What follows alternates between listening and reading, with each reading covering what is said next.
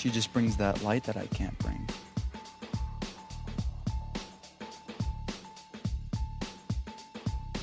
He kind of makes me more logical and more motivated. You're listening to Opposites Attract with J&T. Stay tuned for... Sorry to everyone, you're going to be hammered after this podcast. I'm not some Nostradamus where I could just look in the stars and be like, oh, yep, she just wants dick tonight. Hey, what's up, you guys? Welcome back to Opposites Attract with J&T. I'm James. And I'm Taylor. And today we're going to be talking about how we keep the spark alive. We're going to talk about 3 important things that kind of trickle down to the last topic. But the first one, it starts with finding knowing who is the one. Oh, shoot. Yeah, that's it. That's the first one. What are the other 2? It's how to keep, it's knowing who's the one, how to keep the spark alive, and jealousy. Right. And it kind of transgresses? Is that... Yeah, transgresses. No. Is that not right? I don't know. I don't know. I need to read more books. Transitions. Yeah, transitions. Yeah, we just felt like that's almost like a cycle, you know? Because when you find who you love, you need to know how to continue to love them. And what makes that spark die down. And that's how we kind of get into the jealousy part. That's why we chose those 3 things. Yeah, they all kind of go together. It's like a cycle. Yeah. So after after we talk about jealousy, hopefully we can somehow recollect on what are some tips that we do or what are things that we do that, prevents us from being jealous. Yeah. Okay. Starting with how we knew. Okay, yes. How we knew we were the one for each other. And so you might be thinking, wow, they're 19 years old. Why do they say, oh, they're the one? Like, it's so cheesy. They're so young. They don't know anything, blah, blah, blah. We know everything. Everything. Just kidding. And to be fair, we are 19 and, life can get in the way. Things happen. There's no guarantees. There's always a certain plan that happens that we don't know all of it. Yeah. But there's sometimes I feel like you have it in your heart when somebody is the person you want to be with. How did it happen for you? Like, how did you figure out that I'm the one? Starting from the first time, if it was the first time you saw me, whatever it is. Oh my gosh, it's weird. Like, I think I was meant to, like, I truly think that I was meant to know you and love you because, like, this is going to sound cheesy and stupid, but it's true. Throwing it back to last week's episode when I talked about how we met in homeroom, we met in homeroom and I instantly knew I saw him. He was the first person I ever, I saw, and I was like, wow, so, shocked and captivated, I guess is the word. And then we just did that stupid little dating thing for a minute, and then... Literally for a minute. She texted me on Facebook Messenger and was like, hey, let's talk. And then we talked about... well, actually, that was kind of when we stopped talking. Isn't that... Remember how I was talking about that one girl I was, had a crush on? Oh, yeah. Yeah, that's kind of... I feel bad. Well, anyways, besides that, just after we broke up and after we broke up in middle school. We didn't even break up, so technically we've been dating since the 7th grade. Okay. Bada boom, bada bing. Ever since we, broke up, stopped dating in middle school, I had noticed him every year after that, just continuously. He always in the hallways, always just, at school events, literally all the time, I would notice him, and, I still was, captivated by you. And it's, it sounds so, I want to throw up just talking about it because it's so, cheesy. But it's, I honestly, truly what happened. And it's, then I think when I saw that you were online on Facebook when I decided to DM you in my junior year. Okay. I was I think that's kind of what set me, oh, he's, I wonder how he's doing. I want to talk to him and get to know him better. I wonder what has changed since 7th grade. And I don't really know what compelled me, really. But I think the only difference between middle school and high school, I think it was the Call of Duties that I was playing. That's the only thing that changed. I think I was playing that good old Modern Warfare 2. In middle school or high school? Middle school. It's kind of hard to remember when that was. Mm-hmm. But to be honest, that's not what we're talking about. This is not off topic, but yeah, so I feel like there's kind of been a part of me that always knew that we were meant to date and know each other and love each other because of that pull I had towards you, and I know that you didn't have that, but I did, and so I feel strongly that it was meant to be. So I feel that's not the only reason I think that you're the one, though. Obviously. So how'd you find out? It's weird. Like, when you love somebody, you don't really, like, there's not a moment that they're like, yep, they're the one. They're the person that I want to be with, you know? At least not for me. It wasn't like that. It was more like, actually, you know what? There was certain things that did pop up, though. Like, just how, like, whenever we had, like, arguments, you know, we'd have arguments, but you would always be the person that would sit with me and talk through it. You know, you wouldn't just leave angrily and then break up with me later, you know, you would never let it just end, you know, and like you just really kept trying in our relationship even when things were difficult in certain situations, and just like you kept coming back and you kept trying, and you just like showed how devoted you were to me, and like how much you really wanted it to work, and like you just who you are, like kept me coming back to you. Oh gosh, I'm gonna get emotional. Cry. I'm not gonna cry. I'm not gonna cry. You let it flow. But it's true. Like, it's just weird. Like, you don't realize how much you really love somebody until like you can love somebody more and more every single day. Like, even when we argue, like we literally argued like an hour ago, and I still am like so in love with you, and like know that I want to be with you for the rest of my life. And it's like, it's a really weird feeling to know that. And it's like, I think it was, when did we say we loved each other? Well, I don't know if this is rude, but you say like a lot. I probably do. Sorry to everyone listening. No, I'm just saying that for me. Like, I don't even care about anyone else. I mean, maybe I do, but like. Sorry. I'm assuming it's kind of hard to express that. Mm-hmm. Like, fully. It is. It I don't know how to like describe it, because it's all kind of internal. So when you like talk about it out loud, it's like kind of weird to like frame it, I guess. I mean, that's fine. Guys, if you are listening and you have some alcohol around you, don't drink it. But if you do, then take a shot every time she says like. Just saying, it's a good drinking game. Oh, yikes. Sorry to everyone. You're going to be hammered after this podcast. I'm not condoning this. Like, I'm not either. I'm just saying, if you follow his advice. Like. But when did we say we loved each other? It was pretty quick. To be honest, when I said I love you, I didn't even feel that. Not that I didn't think that you were the one, but it was just like love, like right. You were there for me. No, I didn't either. And I felt that you were there for me. But when I found out you were actually the one, when it comes to answering that question, mm-hmm. what did it for me is when I found out that you were the one who actually like complete me. You know, mm-hmm. Classic Kiki right here, yo. Oh my, ugh. Heart. He's making, for all you listening, he's making hearts with his hands. Yeah, I'm connecting them. So when I found out, when I noticed, I'm like, wow, dude, you're actually better. You're nicer. You have her traits, and you have her perspective, and you're actually listening. Then that's when I'm like, okay, yeah, she's the one, because she's making me better. Mm-hmm. It's not even the cheesy. I mean, it can be cheesy and whatnot, but I think that's coming from a male's perspective, coming mm-hmm. from that logical, like straight up. It's mm-hmm. like, this is logical. This makes sense. There's mm-hmm. no other girl that can do this for me. Yeah.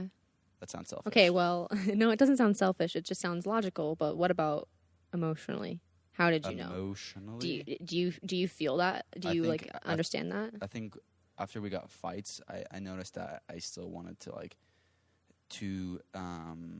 redeem myself or kind of explain myself, and then now it's I want you to understand more of me, mm-hmm. and I'm almost doing that because what is that word? Like you do things because you know a prudent. Okay. I'm doing that in a prudent way because I know that the things that I do right now is almost an investment into our relationship. Mm-hmm. And the things that we do that's how we build our foundation. So if we're always arguing, like mm-hmm. everyone's going to argue. Like everyone argues. But the thing is, what do you do after the arguments? Because that's what's going to stick with you. That's how you're going to talk to them. Exactly. That's the tone that you're going to use. So like when I use terrible tones and I call you mean names and you get offended, I take like notice to that because I always want to change. Mm-hmm. I don't know how that makes sense because it's a foundation. You're not really. Well, it just it creates a foundation not like you're changing, like you said, you're changing all the time because you want to make a foundation of your relationship that's good, that you're So in the basing the love that you have now and trying to keep it solid. Like, No, I don't know how to explain it. No, babe, I'm doing Really. it. I'm doing it so I'm not treating you like crap. Exactly. The same way I'm treating you today. I don't want to treat you 20 years. Exactly. Like I want. Okay, I get what you're. Okay. Hopefully, by then, when we're older, I really want to just not even argue. Like, I just want to say sorry just to move on, so we can just not waste. But I'd energy. rather. I don't want you to say sorry unless you actually mean you're sorry. No, I just want to say sorry to move on and to go on. Okay, and like just to resolve it. Just resolve it. Just so it's so quick and painless, just like taking a little Band-Aid off instead of just slowly. But I also want to be corrected if I'm wrong, you know? Okay, Taylor, you don't have to get so micro in this. I know, but I'm just, okay, whatever. That's for the future, not for now, but I guess it kind of starts now. I don't want to waste my energy on arguing, and I don't want my children seeing that, because seeing my parents argue, it just, it bugs me. I feel the same. You know, like, when you're young, you seeing your parents kiss is like, yeah. Like, and you know, being this age, you know that they kiss more, but like, that's so beautiful, because that means they're in love, and that love radiates to the children. So that's what I'm trying to say is the way I'm treating you now is I want to evolve that and then complete it, and then that's the way I'm going to treat you. Obviously, it's going to adapt and whatnot, but I feel like there's never going to be. I don't like. Where we're at right now is where we're setting the foundation for future marriage and future with kids and all that kind of stuff. And like, people may be like, what are they talking about? They're so young. How do they know this? And it's like, I just know. Like, I don't know how to explain it. It's just a weird feeling. Like, you just like. If you know, the reason I mentioned it, just tying it all together, the reason I'm mentioning is because when you kind of, it's almost like the subconscious mind. If you notice yourself doing that, first, obviously, it becomes conscious, and then it becomes subconscious. But when I realized it was subconscious, that's when I realized that you're the one, because I'm actually fighting for you. Yeah. In my own soul, in my own conscience, in my own understanding, in my own will and mindset. Like, it all was to make sure to hold on to you, and I see that tear building up. No, it's just sweet to hear. It's just nice to hear. Yeah. Anything else before we move on? It's like, oh gosh. What is it with me getting all emotional right now? Let's just take a pause on this so we could, work. I just like, I just have this I think another thing is I just can't picture my life without you in it. Like, there's without you in it. Like, literally, there's nothing I do in my life that I'm like, oh, and I don't see James in there. Like, it's with everything. Like, how can whenever I think of a decision that I want to make in my life, like what work I want to do, and I'm like, okay, how is that going to benefit me and my relationship as well as my kids, and how will it benefit me? But I also think of you, like, in everything. It's like, yeah. And that's kind of like when you get married, I think that's even more than so now. But also when your grandma is like, "Where is your girl, yo?" Why isn't she here? Yeah, grandma asks where I am. It's really cute. Isn't there for 16 hours? What's going on? You guys divorced? Wait, what? What? Yeah, going back to that one episode when we talked about Slavic culture and you have to be married before you can date. Yeah. One thing I didn't mention about that, did you know, the little bit more, the older ones, they have to have a third party there? As for what? Like, you either have to have, the people dating, say it's you. I either have to have a friend or you have to have a friend with us. Oh, I've heard about that. For really conservative people that, Yeah. Well, it's just for temptation reasons, I guess, for them. People, no, that's what I'm saying. They're like, oh, they're going to be so tempted to, and you're like, yeah. Okay. Well, since you were pretty brave to guide that first topic, I wanted to see what you were going to say so I could not say the wrong thing. Just kidding. There's not really a wrong answer. I knew what I was going to say. There's not really a wrong answer to that. But going into the second thing, and it's keeping that fire alive. So, I mean, you really need to represent what makes you happy. And I'm going to just use some symbolism here. Symbolism. There you go. And imagine this is the way I look at it for our relationship. Okay. Imagine this is what I do. I'm not a psych major. But what I imagine, like, happiness and then the things that you like and then the things that I sacrifice, devotion time, being there for you, listening to you. Like, I imagine that as like sticks. And the more that I get those things and find new type of things, new sticks that grows the fire, and that fire, it's harder to throw water on it. Yeah.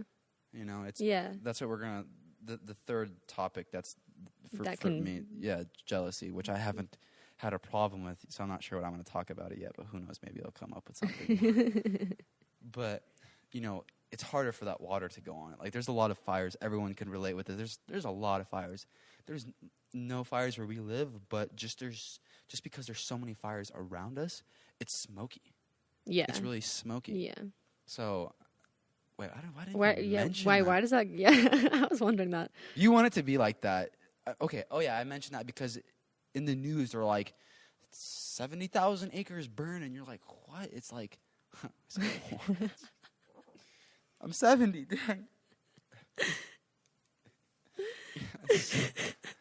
I'm just so happy right now. Like, it's just so hard to take out that fire. You would think it's like, how is this burning? How is this killing people? How is this burning houses down?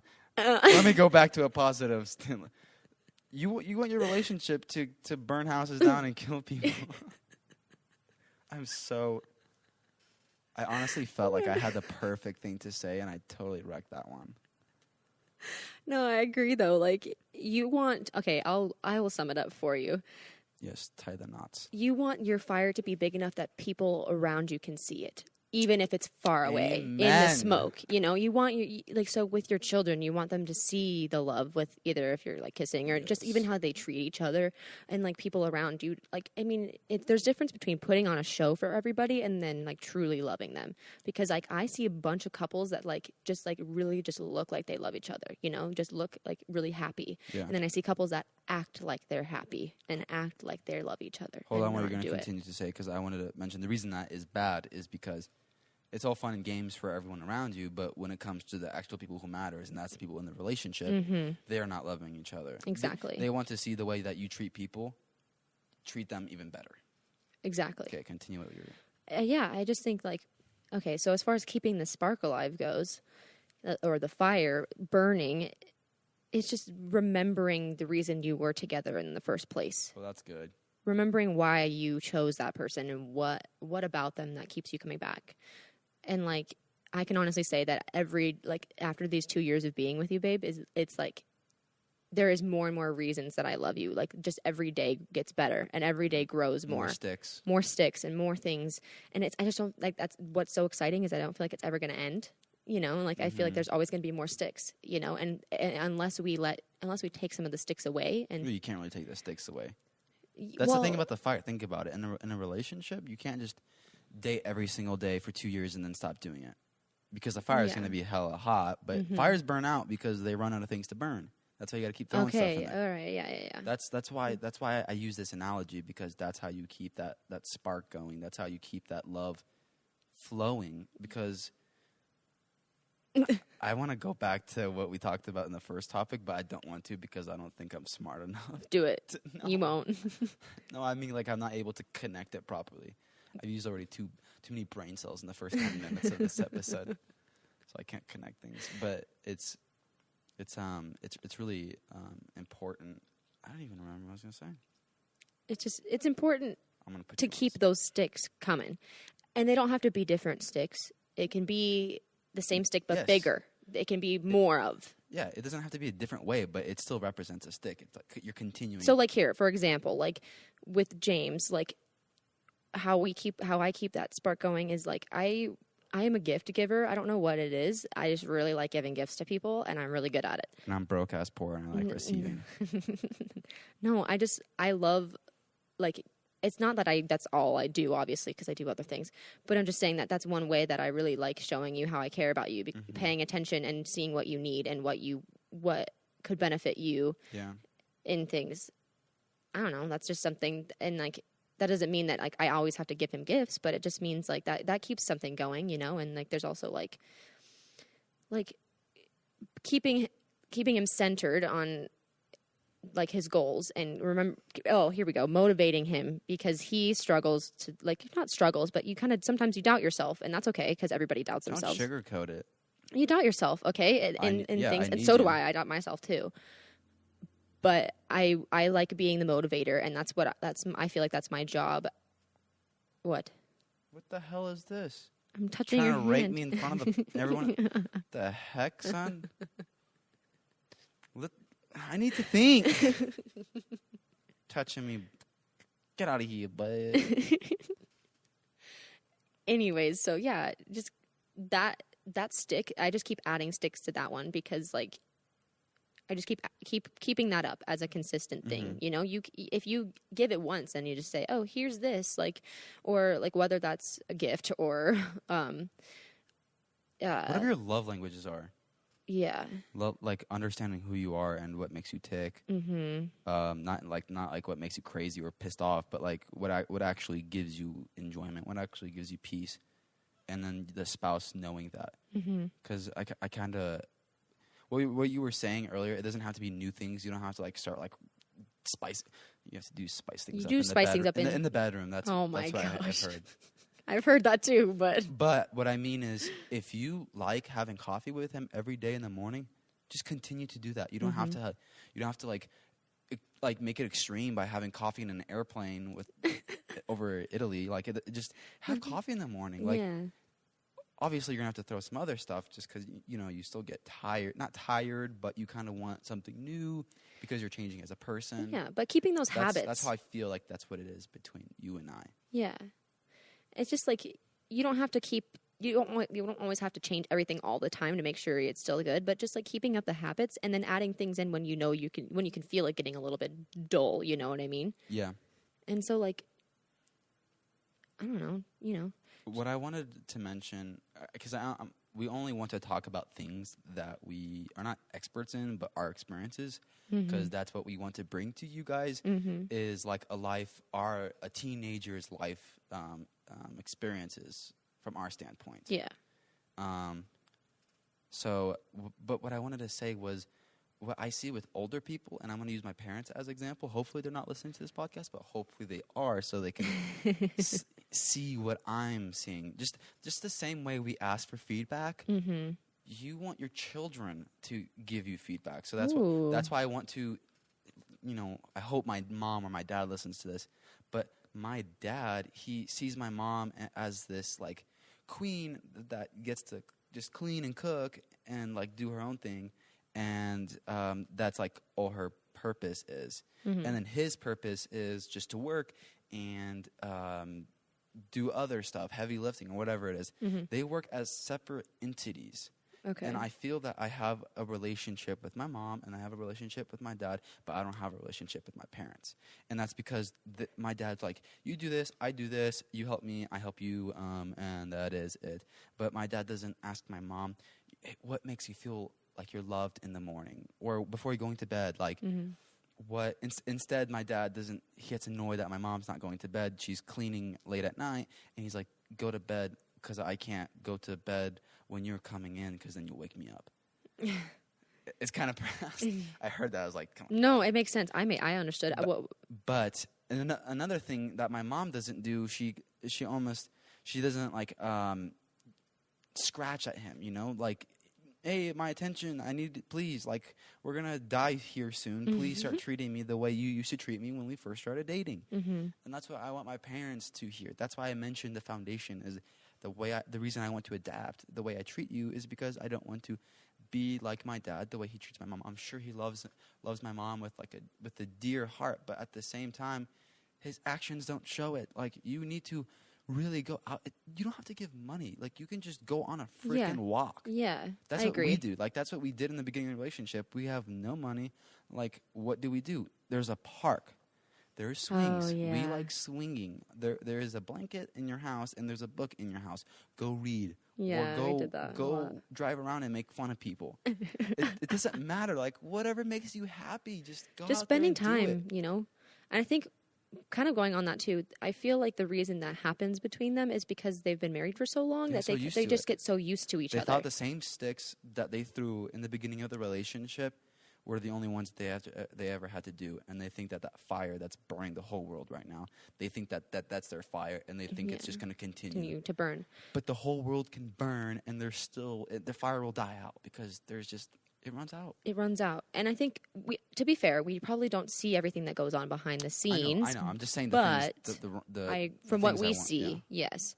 And, like, I think it's with that specifically, and, like, with married couples, like, I've never been married. And so to all you married people out there, congratulations. Amen. But... good job. Good job. Like, keep it up. But, like, what I want from my future marriage with you, babe, is to keep up the things that make us love each other even more. So, like, I cherish my time with you right now because I don't see you. I mean, I see you pretty often now because it's the summer, but I know as soon as school starts, like, it like breaks my heart because I know we're not going to see each other as much as we want to, because I'm going to be working and I'm going to be going to school, and, you know, we have church together. So, like, there's that. School is going to suck so bad. It's going to suck because I'm not going to see him as much. Like this video if you hate school. But, like...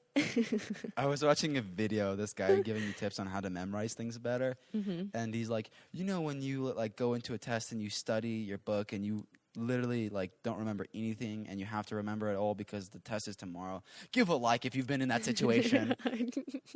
What? So awkward. Well, as I was saying, for our future marriage, I want to keep reminding each other that we love each other. It doesn't have to be in gifts. I mean, gifts are great, sure, but actions, like little things, like simple things. Like, I really like the idea of going to bed at night at the same time if we have the option to, like going to bed together and saying goodnight, telling each other about our day, you know, pray together before we go to bed, little things like that. Or even just like having coffee in the morning, you know, and just like, or going on a walk after dinner and like, just like taking time for each other. And the way I see us doing that, I would leverage that time to tell you what pissed me off that day. Mm-hmm. And then you can just be like, it's okay, babe, we're together. And then we just have a bite of an Oreo or something. Dang, I just sponsored Oreo. We're not sponsored by Oreos. Even though we would welcome it because, dang, that'd be cool. Right? That'd be so cool if we were sponsored by Oreo. But now I want to talk about what puts water on the fire, what extinguishes it. Mm-hmm. And maybe, is jealousy something that does that for you? Are you calling me out right now? There's things called patterns. You started. I'm not that jealous. But there's jealousy. Oh. Let me give you a scenario. In a generalization, yes, jealousy does break down and diminish the fire. Because it adds in, like, it's like adding in dirt. Okay. In what ways? Like, there's a certain level of jealousy that I like, okay? Like, when you... Like, there's this one time, I'll just give you guys a real life example. There's this guy that was shouting in our direction, and James thought it was some guy, like, catcalling me or something, which actually happened the other day, by the way. I forgot to tell you that. I'm calling the police. I'm calling the police. But he was like, I'm about to flex on him if he's saying something about you. And, like, that was really nice to hear because it makes me feel like... let me finish. It makes me feel like you don't want anybody else to look at me because I'm yours. But there's a certain level that's really toxic when it's, like, overly jealous about every single person. So, like, I know there's couples out there that, like, won't let their guy talk to other girls or won't let the girl talk to other guys as friends. Like, obviously, there's, like, a certain level. Like, to be honest, I really don't want you just, like, texting this girl constantly every day all the time. Like, that is something that I don't like. I would feel offended by. There's an article that's the 33 micro ways that you can 33 ways that you can micro cheat on your girlfriend. Micro cheat. Wouldn't just be cheating. If he says good morning to another girl, he's micro cheating on you. I forgot the other ones because they're just so dumb. I don't have enough, gigabytes in this big old brain of mine. Yes, you do. So I like to, listen to, like, that's what Russians say. It's like, one thing comes in the first year and comes out the other. Americans say that too, by the way. Really? Yes. in one ear and out the other. I guess we're not all superior. But anyway, jealousy. You know, I actually remember that. Do you? But in the beginning of a relationship, I wasn't so hot topic or hot with you. Our fire wasn't burning really because I was so emotionless. I don't know about how other guys are, but I don't have much emotion. I don't really draw. We've had to work on that. I don't really draw pictures of Taylor. I'm like, hey, babe. Okay, that's not what emotion is, for goodness sake. That cheesy crap. Like, I just be like, you know what? You're a very stern, sturdy woman. Come on in the house. What? You look like you can, whip up a good porridge. Or some spaghetti. Do I look like I can whip up some good porridge? No. What I want to go on to is I am jealous if I do see, like, I am jealous, like, if I see some dude that you're following and like, I don't like that dude because he's a douche boy. Wait, really? Yeah. I've been on your phone and unfollowed people. Really? Yeah, like not like everybody, but just like these douchebag boys, the boys that were in our high school that were always freaking making women pregnant, but they weren't. I didn't know this, but I don't really care because, like, here's something that I will say about jealousy. If your boyfriend or girlfriend is jealous, and they have it seems logical. Like, obviously there are people out there that are jealous about every little teeny thing. Like, I'm okay if you have girlfriends that you talk to. I don't care as long as it's not consistently all the time every day. You know, like, that's where I draw the line. Like, and like no hiding anything, obviously, but when there's a certain, like, there's sometimes things bother the other person with other males or females that you're like, if you bring it up to your significant other, then I expect to be, like, heard and changed, and that's like, so if you want me to unfollow people on Instagram or whatever the frick, I will do that in a heartbeat in a second if that makes you feel better, because that's just how it goes. It depends for a lot of people. What do you mean by that? Like, some people won't like that. Well, like, if someone asks you need to unfollow, because that kind of sounds crazy. Like, I'm not expecting it. Honestly, I don't care if you. Well, I know. I'm just saying, like. But when I was on your phone, I think it wasn't even too long. No, it was like a year ago, honestly. Mm-hmm. But what I want to talk about is what I've seen in relationships and how jealousy can really corrupt the relationship. Mm-hmm. I've only seen this in other people's relationship, but I was very deep and very, like, well versed in that relationship. And is well versed? Yeah, well versed is right, but I'm also just wondering who. Okay, yeah, that's fine. Just tell me later. And what I saw in their relationship is that the time that they used and the passion they used and the love that they used, I say that with quotes, that they used for that to feed that fire of jealousy. Let's just use jealousy as another fire. You're taking sticks from this love fire, this I love you, let's stay together forever fire. This fire affects, and our children see it, and they cough in the smoke, but they still love it because it's your love. And they throw it in the freaking jealousy pile. I mean, what they do, let me just give you an example because you're not in my mind and you don't see the things that I do, so I have to explain it with my words. Shut up. What they would do is, imagine someone spending their time trying to figure out their password and getting in the way of the relationship. Hey, babe, can you do this for me? Yeah, 1 second. What's your password? No, babe. And then they get an argument, and that drives a wedge. Mm-hmm. And then they continue, and then they finally get the password, and then they start texting people like, "What the f? What are you doing here?" And then the other person sees it. What does this do? You're spending your love, your passion, your energy, your joy on trying to find jealousy. You're literally seeking. It's kind of weird. It's like a self-destructing thing. It is. What I've seen in the relationship. Like I said, we want to talk to things that we've experienced ourselves and experienced in other people's relationship. Mm-hmm. That's why I wouldn't really be mentioning this. Mm-hmm. And I think this is why I mentioned jealousy, because I really think jealousy is like what you said, is throwing that dirt right on that fire. Mm-hmm. So when they do that, they just dig a wedge, and it becomes more effed up. They start doing some weirdo things. Instead of hanging out with their friends, you know what they're doing? They're actually following you while you're out with your friends and seeing if you're at the club with the boy. Oh my gosh, can you imagine how exhausting that would be? This is like so exhausting. It is exhausting. That's why I'm saying. That's why I want to mention it, is because it's just they were in that relationship, that particular relationship. They're just throwing. They were just throwing dirt, sand, whatever it is, into the fire of love, and They were just, and what this did, this one person wanted jealousy.